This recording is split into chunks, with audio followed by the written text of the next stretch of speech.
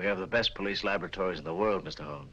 I beg your pardon, Lieutenant Grogan. You see, I'm so accustomed to working quite alone at my lodgings in Baker Street that I sometimes forget the more modern scientific methods so particularly effective here in America. But if there's anything there, they'll find it, Mr. Holmes. While you're doing that, I'll take a look at the club car. Coming, Watson? Here we are, Mr. Holmes. I have the port, as you asked, and the railroad company sent Mr. Moore to unlock for us. Delighted. How do you do? Very good. Let's go in. This way, gentlemen. Well, it looks as if the police have made a thorough search. Whoever did it wasn't the police. There have been visitors here since our friend Grogan. My goodness, look at our car. Talk about a blitz. I say, Holmes, if Grayson hid anything in this car, it certainly isn't here now. Not necessarily, Watson. If you'll help me put this place in some kind of order. Yes, sir, boss.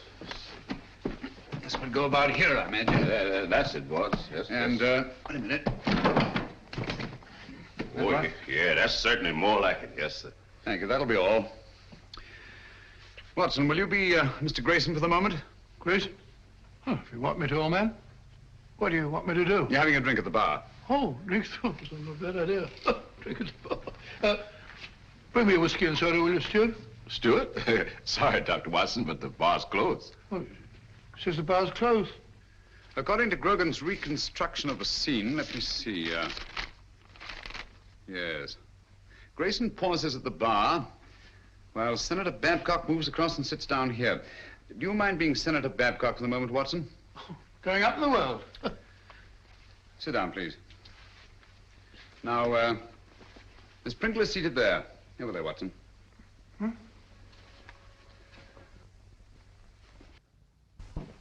Now, Miss Pringle. That's right, the mouse woman. Oh, the mouse woman. Watson, over here, please. No, not there. Not there. That's Senator Babcock. Oh, pardon me, Senator. Sit down, please. Now you're Mrs. Jellison. Oh, excuse me, Mr. Holmes. He ain't Mrs. Jellison. He's the young lady. What? Sir Henry Marchmont was sitting right here, and Miss Jellison was right here. She's a sort of a big, fat lady. What did Grayson do that attracted your attention so particularly to Mrs. Jellison? The little man, he retrieved her book. And the young lady sitting here, didn't she converse with the little man? No, sir.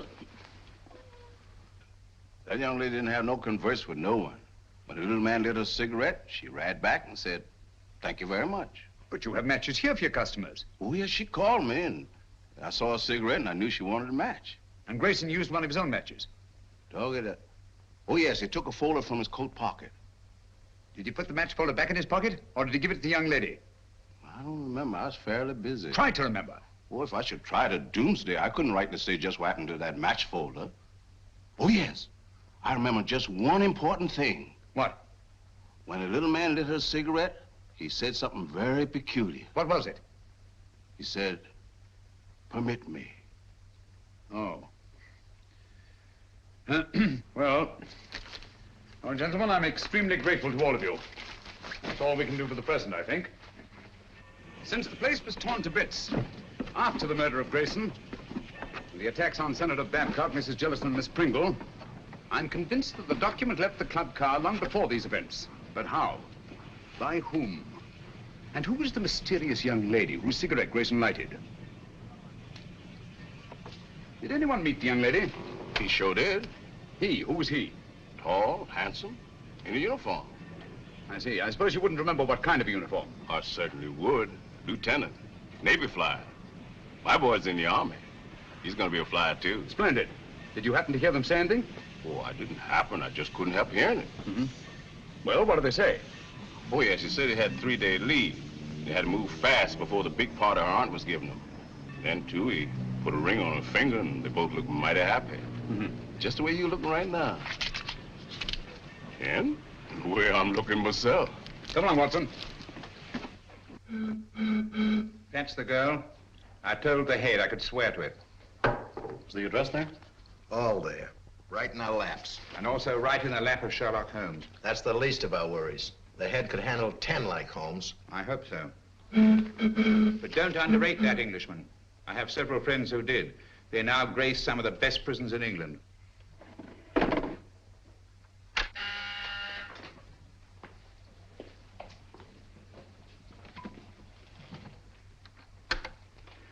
Yes, sir? I talked to the catering company. It's quite all right. They could hardly refuse me. It's the Acton Company. The Acton Catering Company. Yes, sir. I know what to do.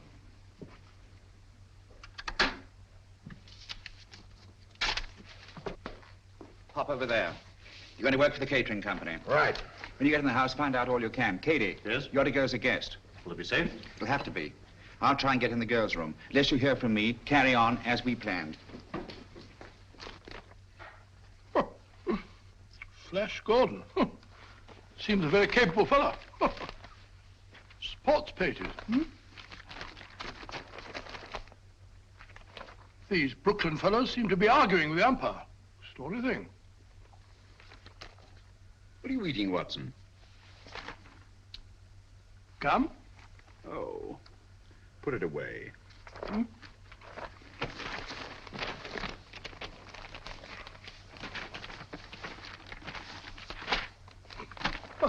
Never seen you take an interest in the society columns before.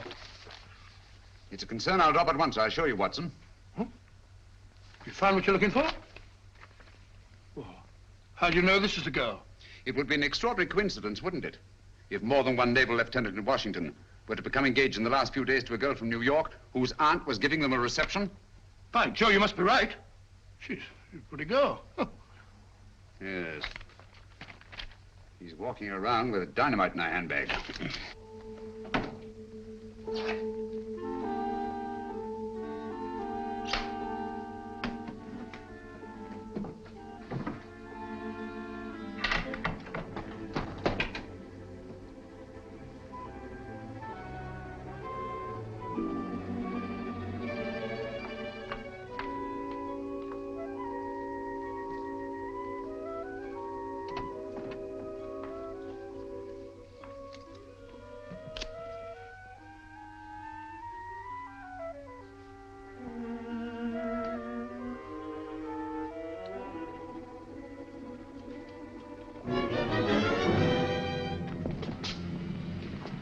.625 Wardlaw Place.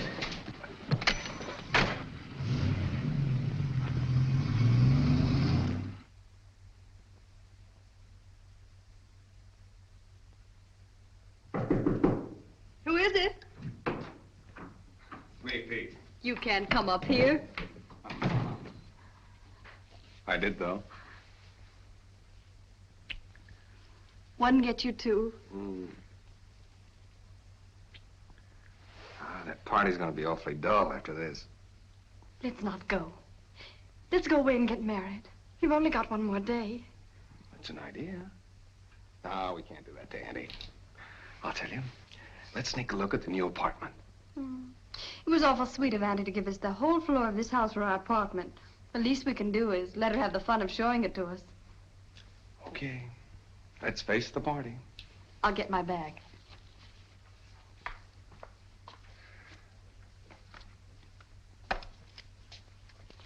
Thank you. Oh, no, you don't. That's the way I got them.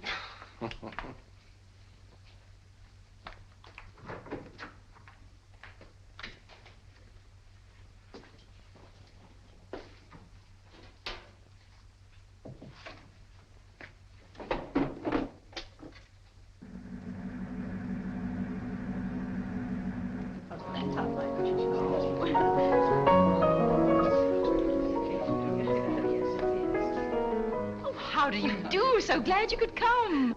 This is Mrs. Oh, dear, what is your name? Ruxton. Of course I know it as well as my own. And this is Mrs. Vale. How do you do? Isn't it? Quite. Oh, of course. Any luck? Not yet. That must be Lieutenant Merriam with Miss Partridge over there. Certainly glad to hear the news, Pete. Congratulations. Well, thank you, Major. Thank you. You're a lucky guy, Pete. I'll see you later. Third floor, first door. Right. I'll wait there. You bring him up. Thank you, sir. A toast to the happy couple. A toast. Very good. Happy landings. May I have one of those, certainly? Me too. Thank you. Aren't you happy? You know what I'm doing. Lieutenant Merriam? Telephone, sir. Navy Department calling. Oh, yes. Be right back. Lead on, McDuff. This way, sir. Matches. Match me, darling. Dig them up. Thank you. Oh, Pete, hold it. You can keep them, Major. Oh, thank you.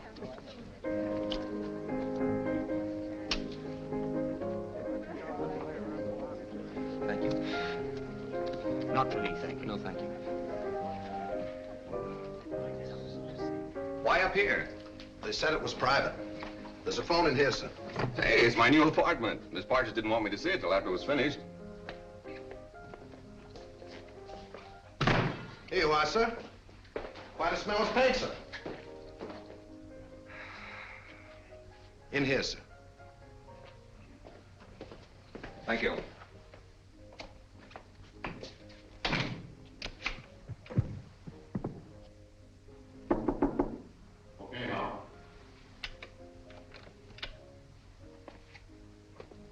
We should get some action, Sir Henry, with Sherlock Holmes in Washington. Yes. I don't mind telling you I'd give anything to get my hands on that document. Yes, I know. Or at least know that it's in safe hands. Thanks. Engaged today and married tomorrow. No, thanks. Have you a match? Miss Partridge? Yes? Lieutenant Merriam asked if you would come to the new apartment. But he's not supposed to see it yet. The new apartment? He must think you're already married. Yes, I don't dare let that man out of my sight. Excuse me, will you please? Surely. Oh, I'm so sorry. May I? Thank you.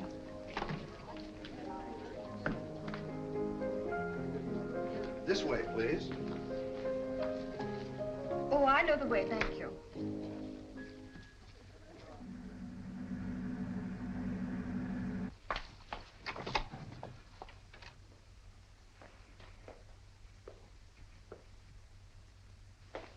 Peter, where are you?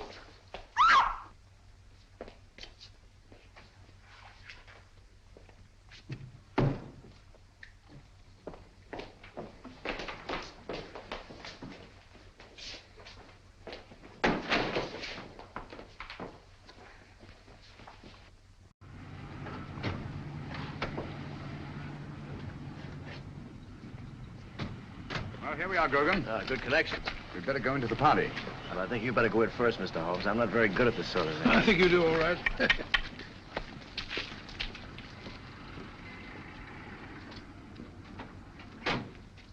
The only possible explanation. Mrs. Partridge, forgive my intruding, but is your niece the kind of girl who would just disappear in this manner of her own free will? Well, ordinarily, of course not.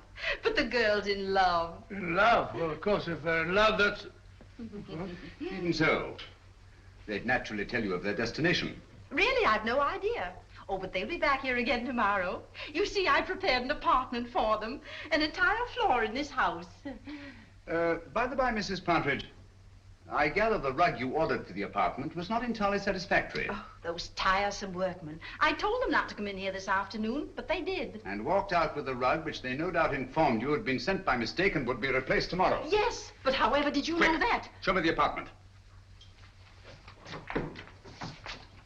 Yes, there were two rugs there.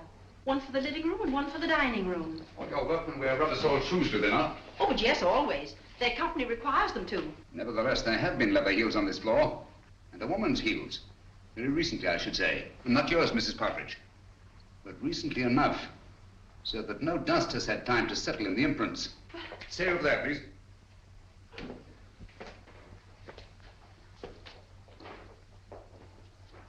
There seems to be a struggle over there. A woman's footprints disappear and a man's leather heels come round and stop there. Either she was carried out in the carpet or else... Where does that door lead to? Why, it's a dressing room. perhaps an ordinary skeleton key. Try it. Watson, this is a matter for you, I'm afraid. Excuse me. Who is he? Is it Miriam? Peter! Take it easy, Mrs. Partridge. Let the doctor examine him. How is he, Watson? Nasty crack on the head. Nothing serious, thank heavens.